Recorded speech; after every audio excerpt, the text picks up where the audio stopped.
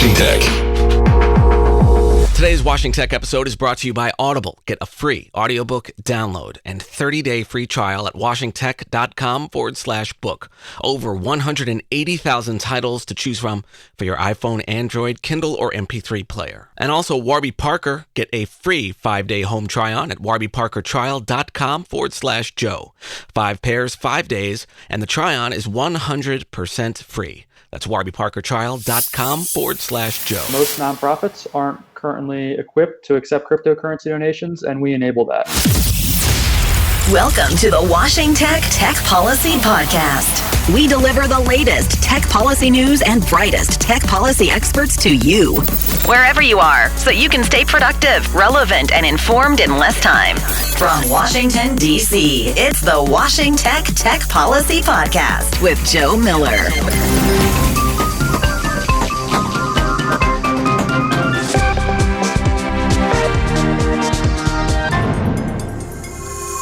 ProPublica discovers an obscene Border Patrol Facebook group insulting migrants and Latina congresswomen. Twitter's right wing attacks Kamala Harris, and Alex Wilson is my guest.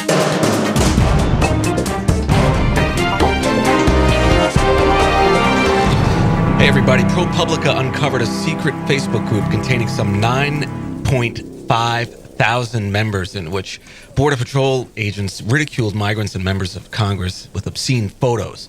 In one comment, one of the agents suggested they throw a burrito at Representatives Veronica Escobar and Alexandria Ocasio-Cortez when they come to visit an El Paso area Border Patrol facility. Another group member posted the photo that went viral last week of a man lying face down in the water next to his young daughter. The poster referred to them as floaters and suggested the photo wasn't real. There were several other racist and sexist comments that I'll let you find on your own. Customs and Border Patrol says they were investigating, but skeptics believe there to be a pervasive culture at the agency that encourages this type of bigotry. Twitter accounts identified as bots by researchers John Russell and Caroline Orr retweeted a conspiracy theory by Trump World personality Ali Alexander, in which Alexander wrote that Kamala Harris is not an American black. That's a quote, because she's half Indian and half Jamaican. Sound familiar? That she wasn't really born an American. Anyway, Twitter denies that bots were involved and claimed that all of the users who contributed were actual human beings. The social media company said the tweets did not violate its terms of service. In a letter to FCC Chairman Ajit Pai, Senators Warren and Jaypal criticized the FCC's Communications Security, Reliability and Interoperability Advisory Committee for having too many corporate members on board. Currently, out of 22 members, 15 are corporate, 6 are government officials, and just 1 is from the nonprofit sector. Neither the FCC nor Chairman Ajit Pai have commented publicly. In defiance of the FCC's overturning of the 2015 net neutrality rules, the state of Maine has become the 12th state to pass its own net neutrality rules. These include Colorado, Vermont, Rhode Island, New Jersey, Montana, Hawaii, Oregon, Washington, and California. President Trump has relaxed the ban he imposed earlier this year, preventing American companies from selling products to Chinese device manufacturer Huawei. The policy shift came as part of a deal with China to ease trade restrictions. Finally, Facebook has released the latest findings from the civil rights audit being conducted by prominent civil rights attorney Laura Murphy. It's been received by many social justice advocates working on tech policy as a restatement of things they've been calling Facebook out on for a long time now, such as the need for board diversity, better treatment of people of color, and women. The company announced that a task force will be created to address some of the issues raised in the report. But some say the task force will just be a networking opportunity for members of the task force. Events. We had so many events last week. This week's a holiday. A lot of people are out of town. Congress isn't in session, so we only have one, and that's the DC Fringe Festival. That starts Friday, July 5th, runs through Sunday, July 28th. Various locations. Go to their website. We have a link in the show notes. And check it out. Check it out. Check it out. Check. Can you tell I'm excited about the holiday? Yeah, baby. Let's go.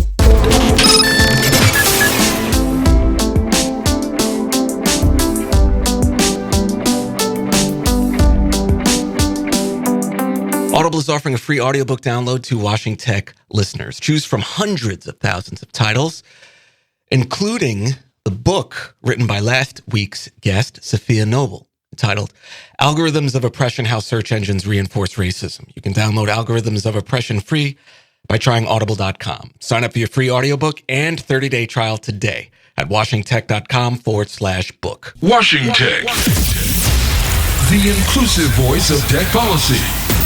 Because America won't stand still for the same old insiders. Insiders. Washington Tech, moving the needle. Alex Wilson, co-founder of The Giving Block, is my guest today. The Giving Block is a DC-based startup focused on helping nonprofits incorporate Bitcoin and other cryptocurrencies into their funding model. Previously, he was a director at Blockshop, also DC-based, which is a blockchain incubator focused on building real blockchain solutions beyond the hype, and serves as Washington, D.C.'s blockchain hub for top startups and events. He's also a senior consultant at Optimity Advisors, a management consulting firm also based here in town. Please welcome Alex Wilson. Alex, welcome. Hey, Joe. Great to be here. So tell us about The Giving Block. Yeah, so The Giving Block is a consultancy that's working with nonprofits to help bring them into the world of cryptocurrency. And what that really means at a very basic level is, most nonprofits aren't currently equipped to accept cryptocurrency donations, and we enable that. And we also have a program that's automatically converting any donation that comes in into US dollars within 10 seconds to make sure the nonprofits don't have a risk of volatility. So what is it about the way nonprofits traditionally raise money that's inefficient or unreliable in your view in a way that blockchain can solve? So cryptocurrencies and blockchain are bringing a lot of new things to nonprofits. On the fundraising front, it's a really tax efficient way for donors to donate if it's someone who uses and invests in cryptocurrency. So for donation purposes, it looks just like a stock donation in the sense that the donor doesn't have to pay capital gains tax on the appreciated cryptocurrency, and they can also write it off on their taxes. That's awesome. So as you can imagine, if you're an investor in this space and you made a lot of money investing over the last few years, this is by far the most tax efficient way for you to support an organization. So how exactly does it work? So if I'm the American Heart Association or the NAACP, I call you and say, hey, I'd like to set up a way to accept cryptocurrency. How does the process work?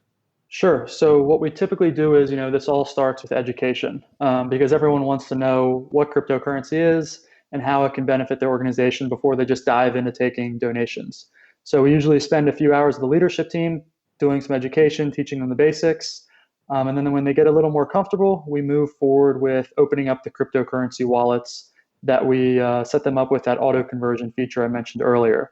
Once those wallets are open, we get those integrated to their website and we start marketing that. So generally that looks like a press release that we circulate in the cryptocurrency community. So we work on social media, forums, chat rooms, conferences, all these different places where cryptocurrency users and investors are hanging out to make sure that the organization that's accepting cryptocurrency donations is top of mind when they're feeling charitable.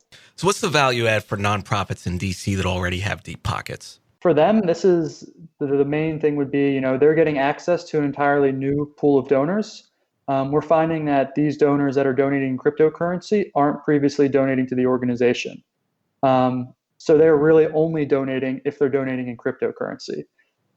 Another big piece we've seen is, it's for them, it's just a convenience factor on top of the tax piece. And then I would say the last advantage would be, most cryptocurrency users, there's an estimate of somewhere between 40 and 50 million cryptocurrency users out there. The majority are in their 20s and 30s. So it's a way for nonprofits to, engage a younger demographic and start building those lifelong relationships in this new and emerging industry. Well, Alex, it's been great having you on the show. Obviously, still a growing area, so not too much to discuss now. It's just the opportunity is there, and folks can take advantage of it. And the Giving Block is a way that nonprofits can access Bitcoin as a funding source. But thanks for joining me. Let's turn to your icebreaker, your career hack, and your pick for our book this week. Let's do it.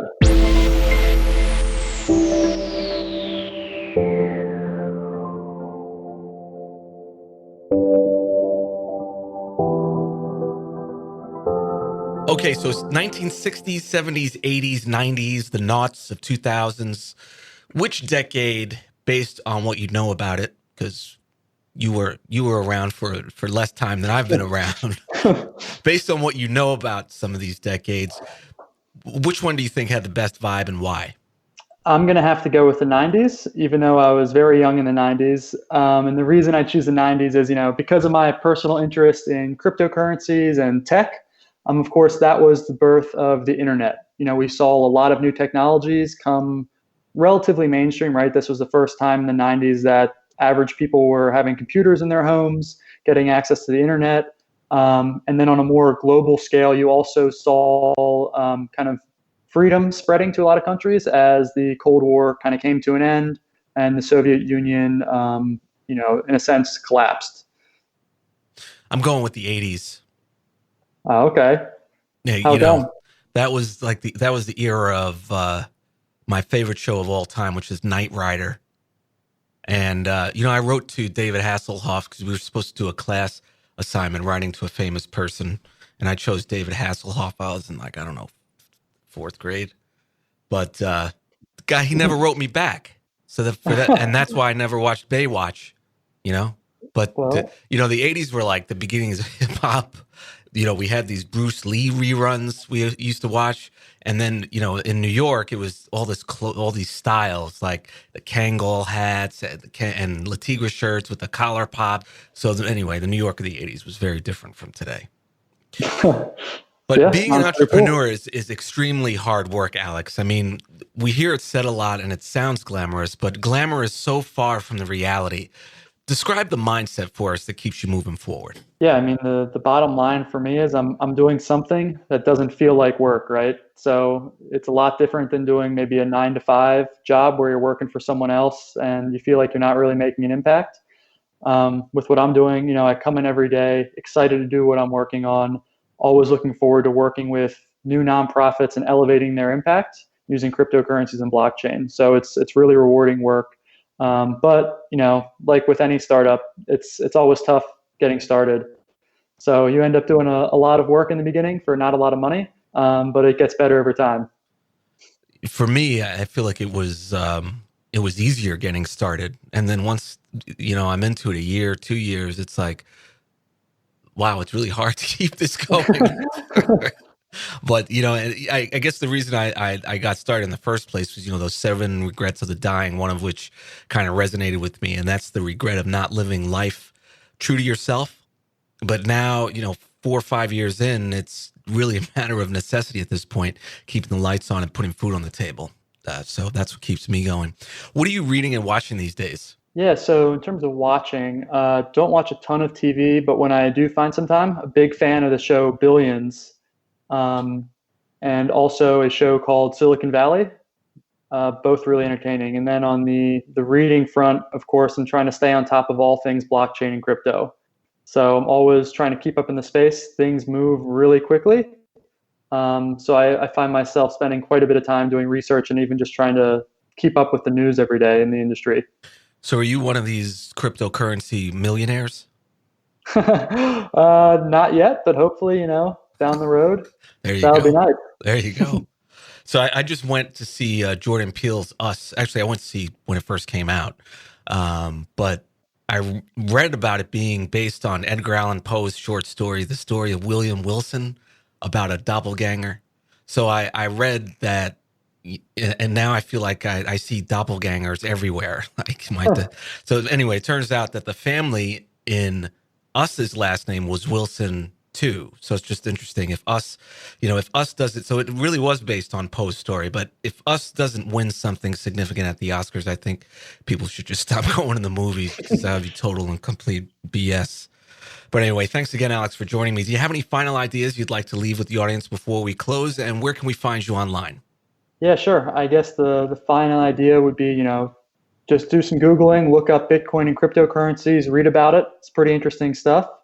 And you can find me online at thegivingblock.com or on Twitter at thegivingblock.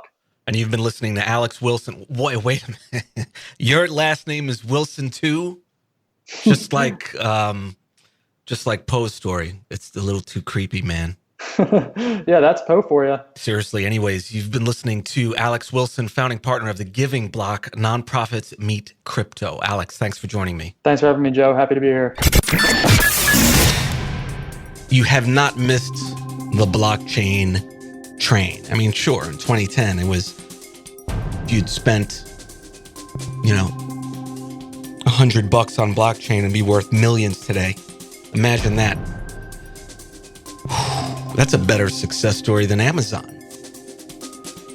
It's remarkable. I bought some Beyond Meat stock. It's doing pretty well. Just a few shares, here and there to see what it does. Maybe it'll fund my coffee in retirement. That would be nice. Make sure I have enough coffee. Anyway, I'm just talking. Can you tell that I'm going on vacation? Because I'm just like, whatever. This concludes episode 192 of the podcast. Happy 4th of July. Enjoy the fireworks. I'll be, like I said, out next week, but back up in your area, the following Tuesday, July 16th. Thanks for listening, and leave us a review in Apple Podcasts or wherever you hear podcasts. Listen to podcasts and enjoy them. We love you. I'll see you in a couple weeks. Take care.